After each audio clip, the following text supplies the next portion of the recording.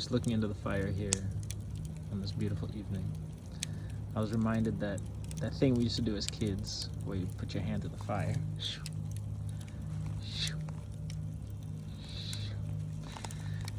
And what's amazing about that is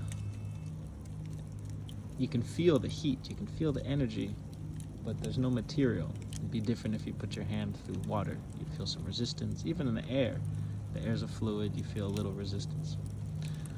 But in the middle of that fire, in the center of that flame, there's no material, it's just pure energy. And that holds true for our heart. And as the Tao was saying, the center of the heart needs to remain empty, full of coiling, fire, expressive, joyful energy, but empty.